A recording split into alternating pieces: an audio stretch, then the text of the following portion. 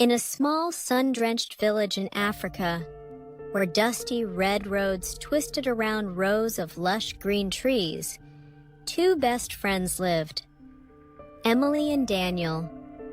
One beautiful morning, with backpacks full of new books and sharpened pencils, Emily and Daniel skipped eagerly towards the village school.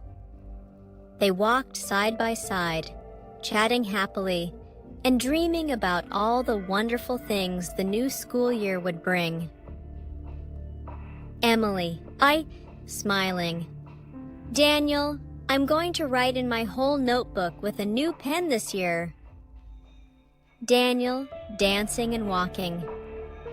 And I'll score the most goals on the team. As they walked together toward their small village school, their sandals kicking up tiny clouds of dust, they felt a mix of nerves and excitement.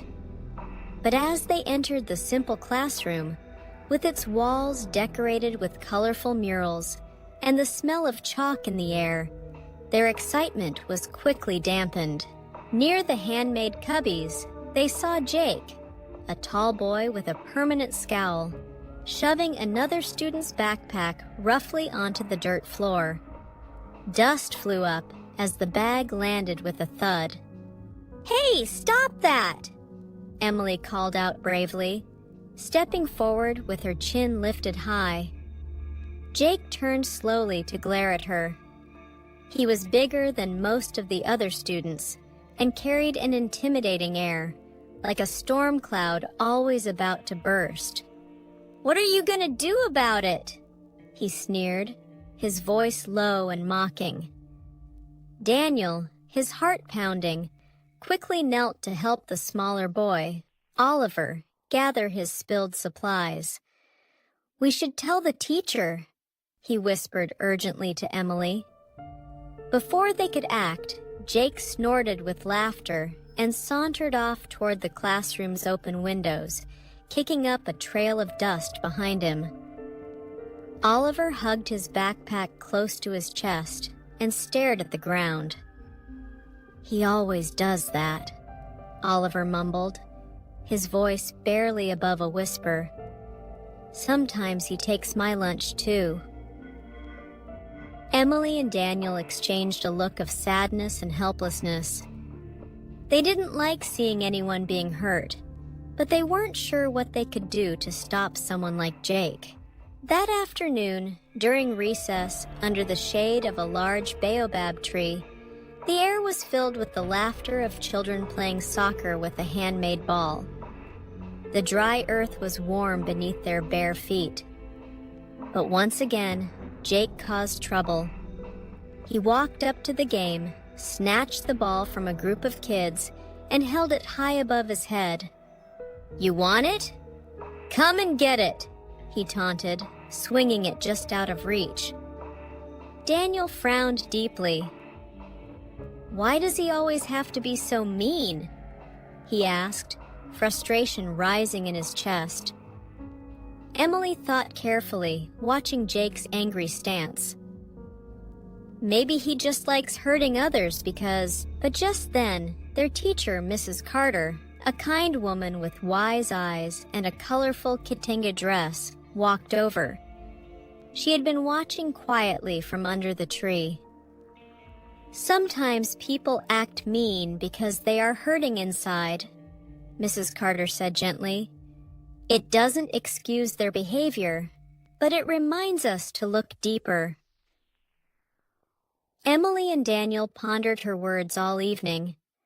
After supper, as they sat with their parents under the stars, they brought up the situation with Jake. "Should we tell the principal?" Emily asked, worry creasing her forehead. Their mother set down her weaving and nodded. "Yes, it's important to stand up against bullying. But also, sometimes the ones who seem the toughest are the ones who need kindness the most." The next day at school, Emily and Daniel paid attention to Jake. They noticed that during lunchtime, while the other children shared fruits and sweet treats, Jake sat alone with only a dry piece of bread wrapped in cloth. No water, no fruit, no smile. Gathering all her courage, Emily walked over and sat across from him on the ground. "Hey, Jake," she said, her voice kind but steady. Jake's eyes narrowed suspiciously. "What do you want?" he barked. "I just wanted to say, if you ever need anything, you can ask," she offered, trying to smile. Jake scowled, grabbed his bread tightly, and stomped away. Later that day, during writing time, Mrs. Carter assigned the class a simple task.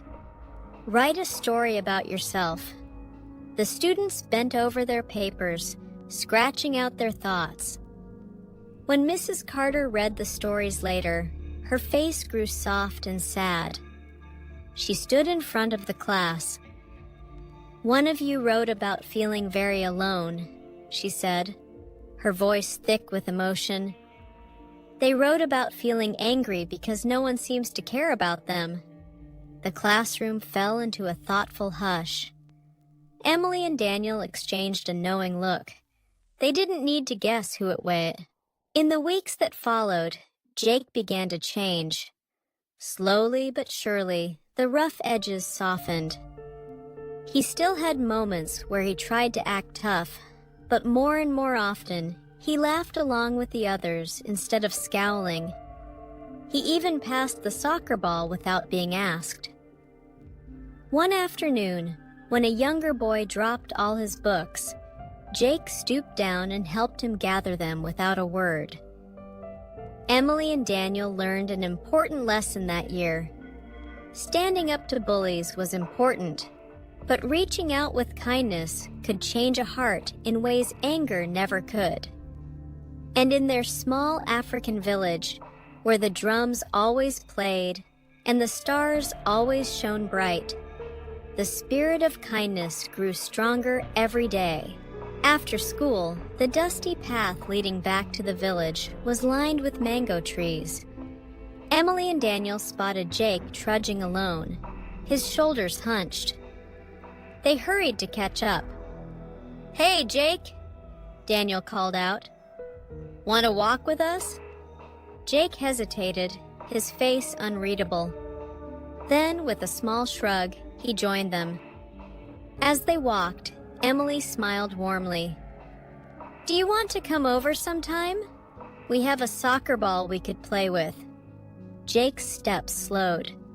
"Why are you being nice to me?" he asked, his voice rough with confusion. "Because everyone needs a friend," Daniel said simply. For the first time, Jake's mouth tugged into something close to a smile. "Maybe," he said, and for the first time, there was a flicker of hope.